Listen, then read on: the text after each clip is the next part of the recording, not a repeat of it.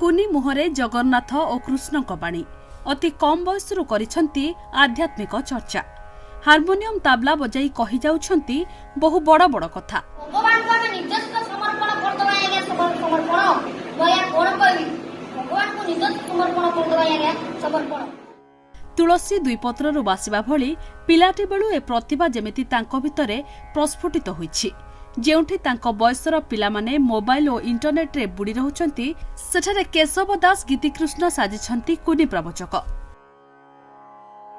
प्रथमे पाठ पढ़िया पई मोर बहुत आग्रह एवं पाठ पढ़ा सहित मु प्रवचन गीत ता सहित हार्मोनियम तबला आदि बजाई थाए। सकाळे ठाकुर को उठी आगे पूजा करे सेटा मोर प्रथम दायित्व।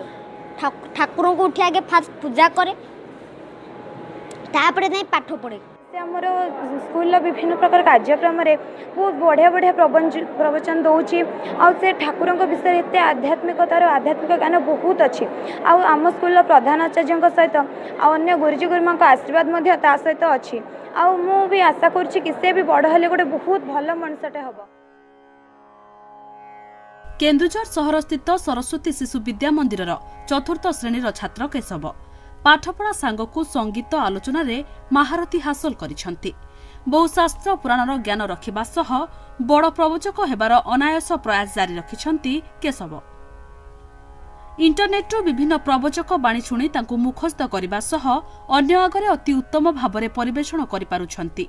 आ एथिरे तांकु पूरा समर्थन करूछि स्कूल। एते छोट पिलाटिए आध्यात्मिक मनोवृत्ति रही अति जटिल तत्व को अति सरल भाषा रे से कहवा संगे संगे भागवतर उक्ति मध्य देछि। हम प्रत्येक दिन प्रार्थना रे एकात्मता स्तोत्र गीता श्लोक शंकराचार्य स्तोत्र एवं आम जो विभिन्न प्रकार स्तुति और श्लोक बोलाउछ से अभ्यास करी आज जड़े बाहरी पड़ी छात्र हिसाब से बाहर से केवल गीत गाउची भजन भी करुँची प्रवचन भी दौची तबला भी बजाउची हार्मोनियम भी बजाउची। खेलिबा बुलिबा और दुष्टामी करबा बयसरे मुहरु बाहरुछि महतबाणी। आ तांकर एभली प्रवचन शुणी सते जेपरि यह वृंदावन परि मन हेउछि।